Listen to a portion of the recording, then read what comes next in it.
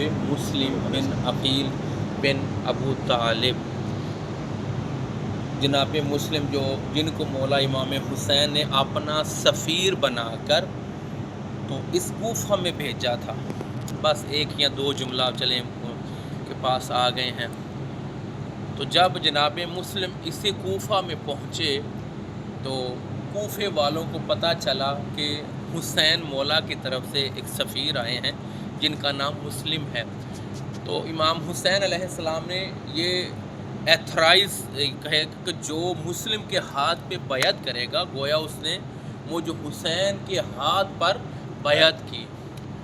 تو پہلے دن یا پہلے کچھ دن مثلاً 18,000 لوگوں نے بیعت کی جناب مسلم کی، 18,000 لوگوں نے بیعت کی، مگر جب جو ہے ابن زیاد ملعون یا عمر بن سعد ملعون ترین جو یزیدی کمانڈر تھے ان تک یہ خبر پہنچی تو وہ ادھر کوفہ میں وہ آ گیا، یا ابن زیاد تھا یا عمر بن سعد تھا۔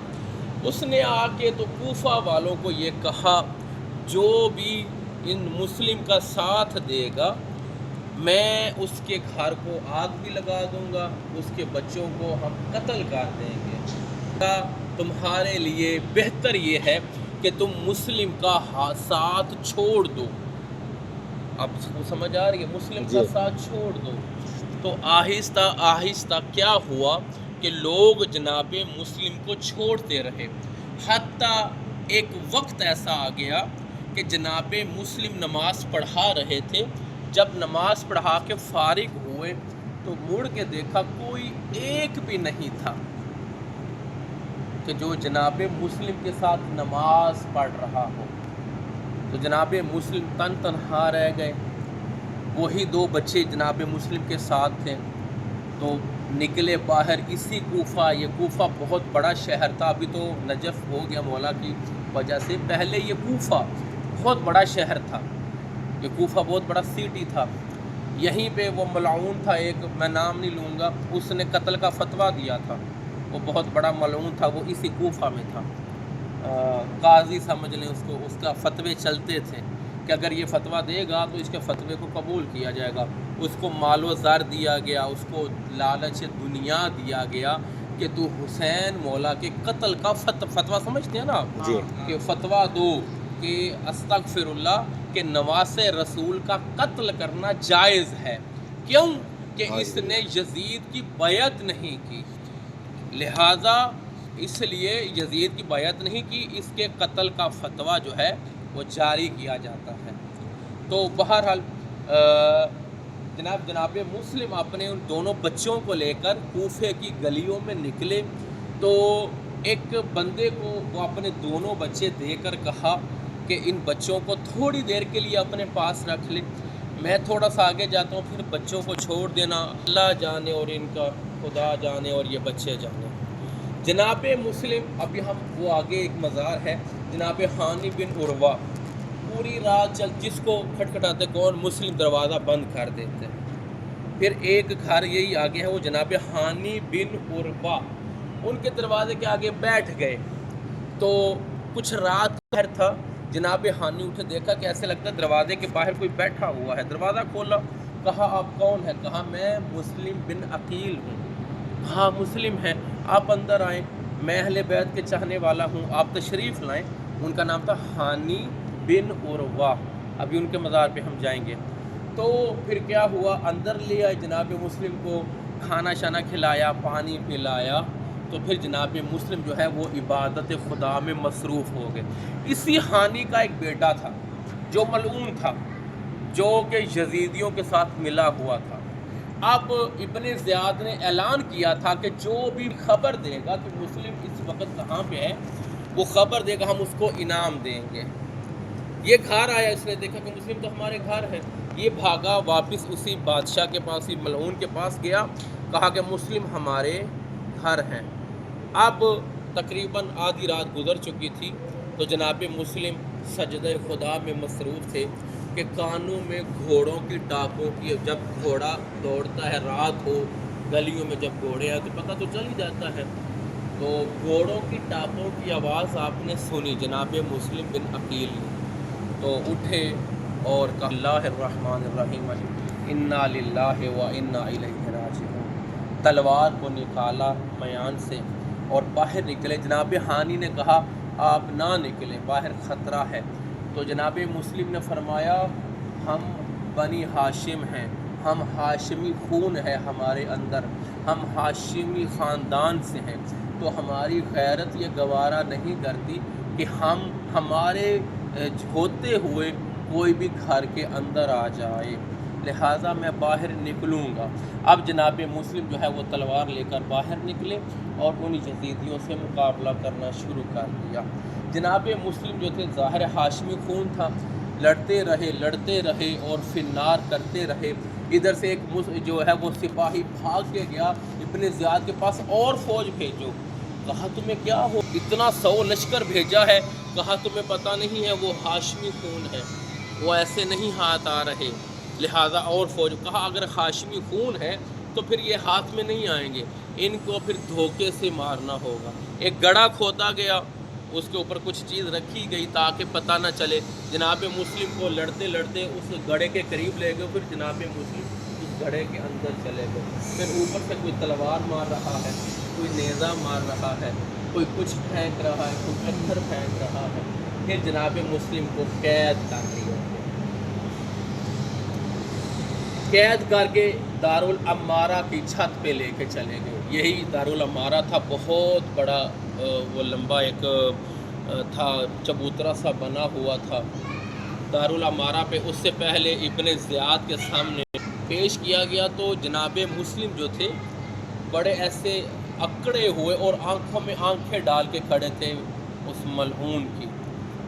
کہا، کسی نے کہا یہ ملعون جو ہے یہ امیر ہے، اس کو سلام کرو۔ جناب مسلم سے کسی نے کہا اس کو سلام کرو۔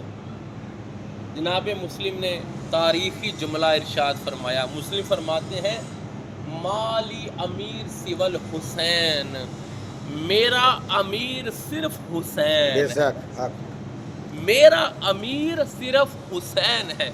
یہی آواز جب مولا تک پہنچی نا، مولا بھی سفر میں نکل چکے تھے، مدینہ سے نکل چکے تھے، فرمایا مالی امیر سوى الحسین، کہ میرا کوئی امیر نہیں ہے سوائے حسین کے۔ تو مولا امام حسین نے فرمایا اے میرے مسلم، دشمنوں میں کھڑے ہو کے مجھ حسین کو امیر کہا، جا مسلم، قیامت تک لوگ تمہیں امیر مسلم کہیں گے اور مجھے غریب حسین کہہ کے پکاریں گے۔ جناب مسلم کو دارالعمارہ کی چھت پہ لے کر گئے تو جناب مسلم کو شہید کیا گیا۔ تو جب خبر پہنچی نا، بس یہی ایک جملہ بہت ہی جملہ ہے، جب جناب امام حسین تک یہ خبر پہنچی کہ مسلم کو شہید کر دیا گیا ہے، کہا سارا قافلہ روک دیا جائے، سننا اگر آپ کو سمجھ آ جائے میرا یہ جملہ، قافلے کو روک۔ کہا مسلم چھوٹی یتیم بچیاں تھیں، 2 بیٹیاں تھیں، کہا مسلم کی یتیم بچیاں کہاں پہ ہے، ان کو میرے پاس بلاؤ۔ جناب مسلم کی 2 چھوٹی ننھی منی بیٹیاں آ گئی مولا حسین کے پاس، مولا ان کو بڑا پیار کرنے لگے۔ کہا اے چچا، آپ تو ایسے پیار کر رہے ہیں جیسے ہم یتیم ہو گئے ہیں۔ اب سننا، جب مولا ان کو پیار کر رہے تھے اسی جگہ پہ سکینہ بھی موجود تھی۔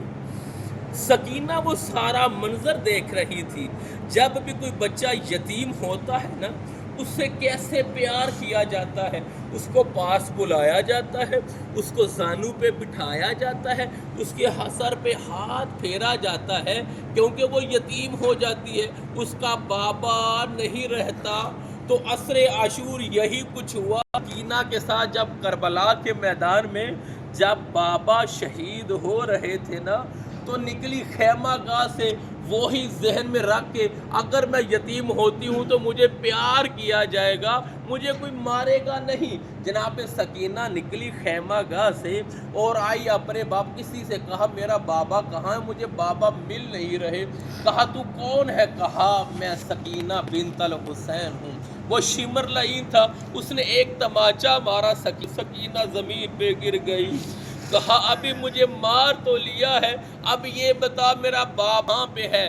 کہا ڈھونڈ لے اپنے بابا کو، بس میدان جنگ میں آ گئی، کہا بابا آپ کہاں پہ ہے؟ آپ کی چھوٹی سی ننھی سی سکینہ، یہ وہی سکینہ ہے کہ جس کو آپ کے سینے کے بغیر نیند نہیں آتی۔ شام غریبہ میں جب زینب عالیہ سلام اللہ علیہا سب کو ڈھونڈ کے اکٹھا کر کے بٹھایا ہوا تھا نا، کہا سکینہ نہیں مل رہی، چلی میدان میں، کہا سکینہ تو کہاں پہ ہے؟ آوازیں دے رہے تھے، ایک جگہ سے آواز آئی آہستہ بولو، ابھی تھوڑی دیر ہوئی ہے سکینہ میرے سینے پہ آ کے سو گئی ہے۔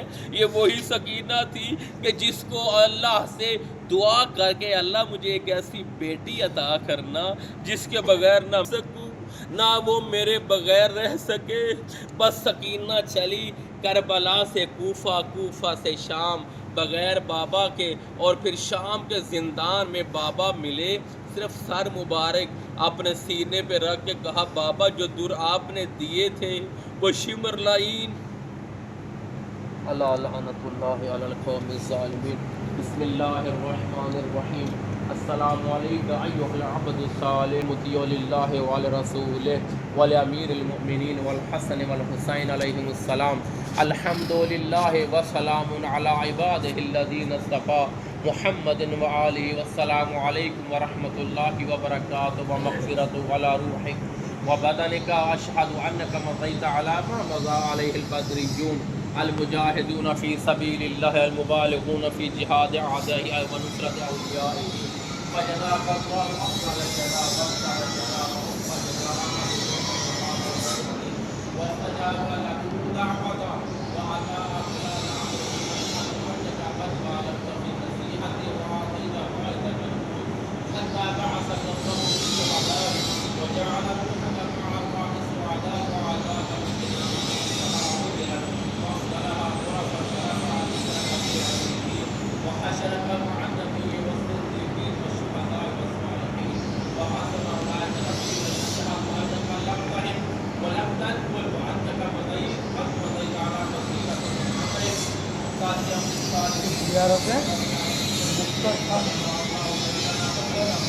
وبین رسولہ واولیاء فی منازل المخبتین فإنہ ارحم الراحمین۔ اللہم صلی علی محمد